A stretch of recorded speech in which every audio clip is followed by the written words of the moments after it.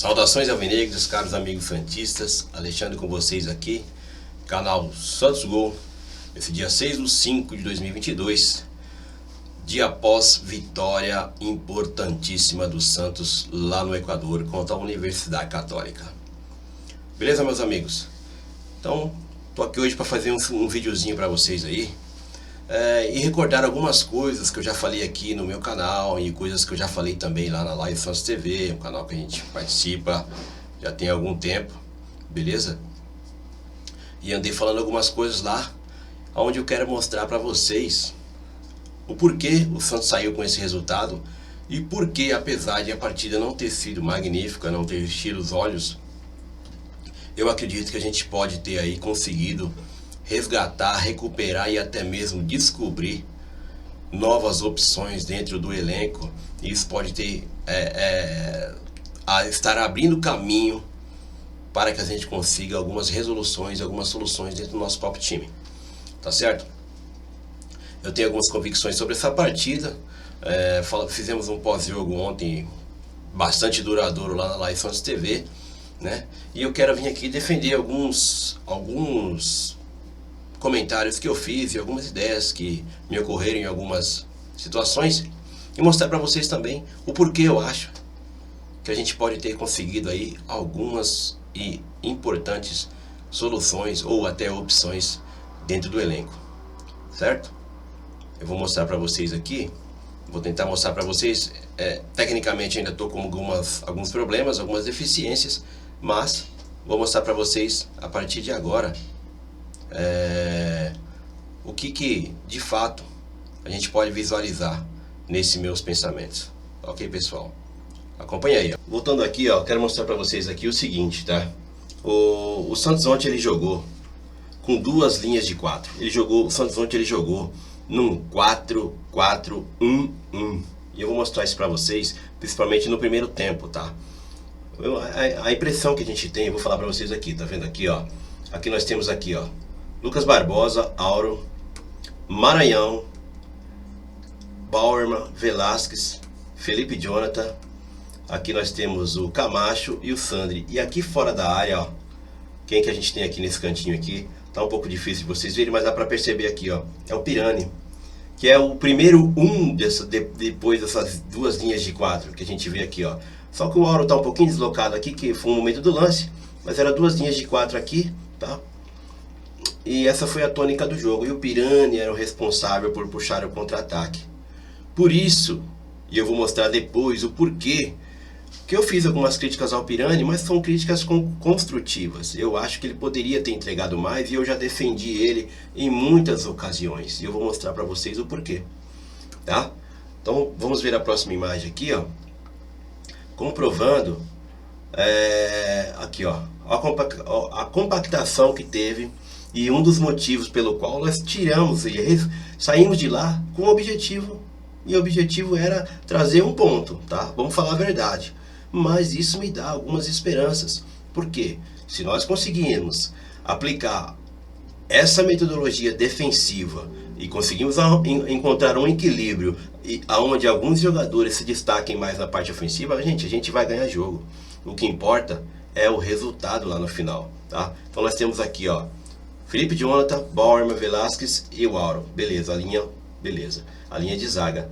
Maranhão, que jogou pela esquerda, aberto para fazer contenção. Camacho, Sandri e mais para cá teríamos o Lucas Barbosa. Aqui onde o Pirani está solto, ó. Tá vendo que ele está completamente fora das duas linhas de 4? Porque ele era o encarregado na cabeça do Bustos, e assim eu imagino, de fazer a armação do contra-ataque. E não só ele. Na minha opinião, os dois laterais deixaram a desejar. Por quê? O que o Bustos fez? O que o Bustos imaginou? O Pirani começa a puxar o contra-ataque. Ele vai ter o apoio ou de Felipe Jonathan, ou de Auro, ou até de ambos. Por quê? Porque nisso recuaria Sandri, Camacho e até Maranhão para fazer a contenção. E a gente ia atacar pelas laterais. Por isso o motivo dele ter optado pelo Angulo, que é um homem de cabeceio, é um homem de finalização. E essa bola tinha que chegar para ele dentro da área. Quem poderia colocar essa bola para ele dentro da área? Os nossos laterais, que infelizmente não apoiaram. Aí fica aquela incógnita. Isso é ordem do treinador? Isso parte dos jogadores? Nosso time tá muito frágil psicologicamente? Aqui nós vemos de novo a mesma situação, ó, tá? Maranhão, beleza? Camacho, Sandri e o Barbosa voltando para compor a linha. Lembrando que o Barbosa também não foi muito bem na partida e aparentemente sentiu, tá? Sentiu talvez questão de altitude ou qualquer coisa nesse sentido. A linha de zaga aqui não preciso falar para vocês, né? Pode ver constituidinha aqui. Agora vejam a compactação. Nosso time nunca jogou assim, ó, tá? Nosso time nunca fez isso daqui e isso eu achei que foi importante. Apesar de não ser maravilhoso, não ser o que enche os olhos, sim, não é. Porém, é o que garante às vezes um resultado. É o que nos faz não passar sufoco. Hoje não, ontem, seria a partida onde o João Paulo trabalharia menos. Porque o John trabalhou pouco também. E bom, né? Porque ele também estava sem ritmo, né? O John. Aí é que entra o porquê eu fiquei um pouco chateado com o Pirani, né? E também com os nossos laterais. Aqui entra aquela questão que eu falei. Lucas Pires, olha só isso aqui. Lembrando que nessa bola aqui, ó, ele vem conduzindo ela lá do campo de defesa. Nós temos aberto aqui o Felipe Jonathan, que aí sim subiu. Aqui nós temos Marcos Leonardo, que estava acho que até em posição legal, e o Juan Seco. O Lucas Pires, talvez por uma questão de time, ele demorou um pouquinho para meter essa bola. Mas a partir deste momento, o nosso time já dava mostras de que poderia vencer a partida. E aí entra o que eu falei algumas lives atrás e fui criticado. Falei, gente, seria uma loucura experimentar o Lucas Pires como meia? Não, você não pode fazer isso porque nós vamos quebrar uma coisa que já está boa, que é a questão dele na lateral esquerda. Vamos só lembrar que o Felipe Jonathan ontem não foi maravilhoso, mas também não comprometeu. E jogou o tempo todo na lateral esquerda. Olha a jogada aqui, sairia um gol. Por questão talvez de time do Lucas Pires, é óbvio, porque não está também acostumado. Ele soltou a bola um pouquinho depois e também o Seco poderia ter se posicionado, que é outro também sem ritmo, tá? Poderia ter mantido. Pode ver que o Marcos Leonardo, ele tá aqui, ó, ele tá cuidando da linha de impedimento. Beleza? Então vamos lá, vamos dar mais uma sequência de o porquê que eu tô falando. Mais uma vez aqui, ó, Zanocelo com a bola, o Sandri aqui, tá? Aqui nós temos o Juan Seco aberto, o Marcos Leonardo centralizado, e essa molecada vai dar muitos frutos pra gente. Olha onde tá o Lucas Pires. Se isso aqui não é comportamento de meia, né? Eu não sei o que é. Vamos lá. Zanocelo vai soltar essa bola pro Rian Seco, todos vocês sabem disso. Chegando no Rian Seco aqui que veio do Zanocelo, ó. Certo? Veio do Zanocelo pro Rian Seco. Ele vai dar um tapa aqui por cima. Olha já a movimentação do Lucas Pires. Beleza? Vamos para a sequência do lance. Aqui. O Lucas Pires já recebeu a bola. Vocês estão vendo aqui, ó. Tá feio? Tá, mas dá pra entender, porque aqui é onde ele dá a largadinha. Veja que ele tá marcado por um cara aqui. Tem outro cara cuidando, o Marcos Leonardo. O Lucas Braga tá chegando aqui, ó. Mas já tá sendo também cercado por um outro jogador deles aqui. E aqui, nessa linha vermelha, é onde vai chegar o Juan Seco. E aí vamos continuar. Aqui, meus amigos, vamos lá. Tá o desenho aqui, ó. Como eu já tinha falado, um cara cuidando do Marcos Leonardo. Esse aqui talvez complicaria alguma coisa para o Lucas Braga. E aqui sim, a visão dele foi maravilhosa, tá? Ele teve uma visão periférica aqui, já sabia da localização do companheiro e deu essa largadinha aqui, ó, maravilhosa pro Juan Seco, e todos vocês já sabem o resultado. Se isso aqui não é atitude de meia, né? Por isso que eu estou dizendo, gente, a gente tem que pensar bem, né? Aqui, por que eu deixei marcado esse lance aqui? O lance já vai acontecer, certo? Aqui eu deixei marcado para mostrar para vocês o seguinte: o Juan Seco chega e bate de primeira, instinto de goleador. O moleque é bom. Eu tenho certeza, infelizmente, se fosse esse nosso amigo aqui, ó, o Lucas Braga, essa bola teria saído aqui, ó, pela lateral. Muito provavelmente, como já vi algumas vezes. Ele chegou batendo de primeira, pôs no cantinho onde só cabia ela. Por que estou retornando nessa imagem? E tem uma linha vermelha aqui. Quem joga aqui, geralmente, é o Lucas Braga. Se essa bola fosse no Lucas Braga, por que eu pus a seta vermelha aqui? Com certeza ele buscaria a linha de fundo, como ele sempre faz, beleza? E ele, em fazendo isso, o que ia acontecer? Esse cara ia continuar acompanhando ele, esse aqui ia continuar cercando o Marcos Leonardo, tá certo? E esse aqui, ele ia se infiltrar dentro da área na diagonal.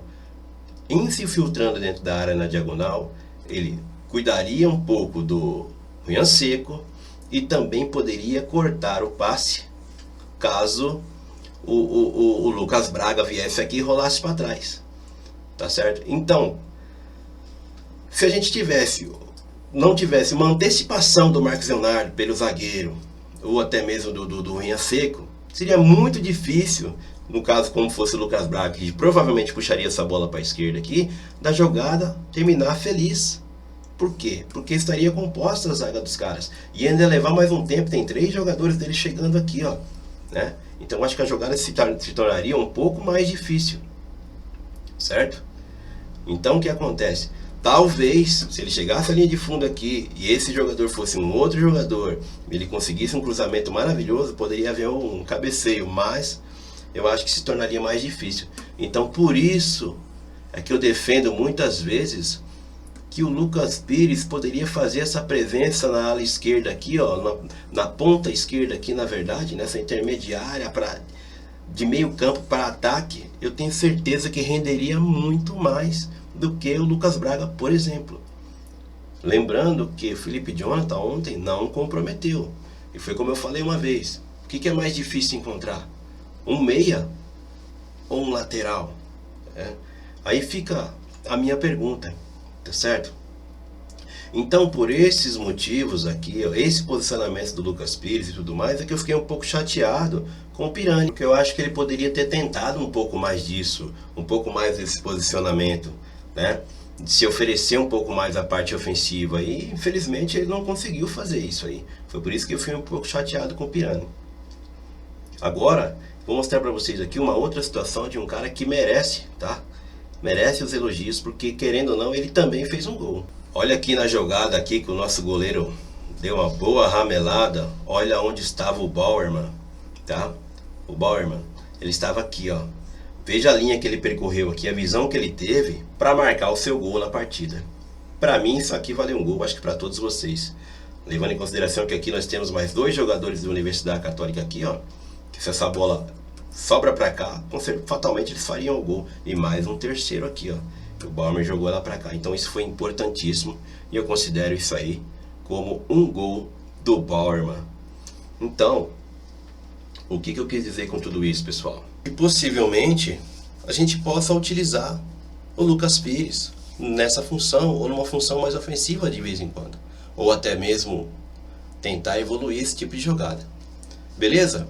Então quando a gente critica um jogador, não é porque a gente quer o mal dele. Óbvio que não, eu sou santista. Eu quero que eles sejam todos excelentes, 100% acima da média. Porém, eu acho que um jogador que joga no Santos, independente de qualquer coisa, né, ele já está no profissional, ele já tem o seu salário, ele já tem a sua remuneração, tá certo? Ele tem que suportar cobranças.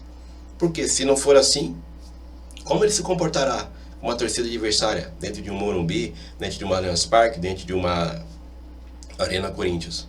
Vai afinar como aquele jogo que nós tivemos no Campeonato Paulista, que foi horroroso, que o Santos ficou paralisado dentro de campo? Não, a gente tem que esperar a atitude dos jogadores, né? A gente tem que esperar a atitude, por exemplo, como tem o Marcos Leonardo, como tem o Lucas Pires. É maloqueiro, cara. É cara que vai pra cima e não quer saber. Às vezes vai errar, sim, vai errar. Mas é essa postura que a gente espera de todos. Estão tendo oportunidades que muitos milhões gostariam de ter na vida e não tem. Beleza? Então tá aí. Eu acho que nós podemos ter encontrado algumas soluções dentro desse jogo, apesar de ainda também de estar muito feliz por uma vitória importantíssima. Deixe seu comentário, inscreva-se no canal e deixe seu like aí pra nós, tá ok? Um abraço a todos.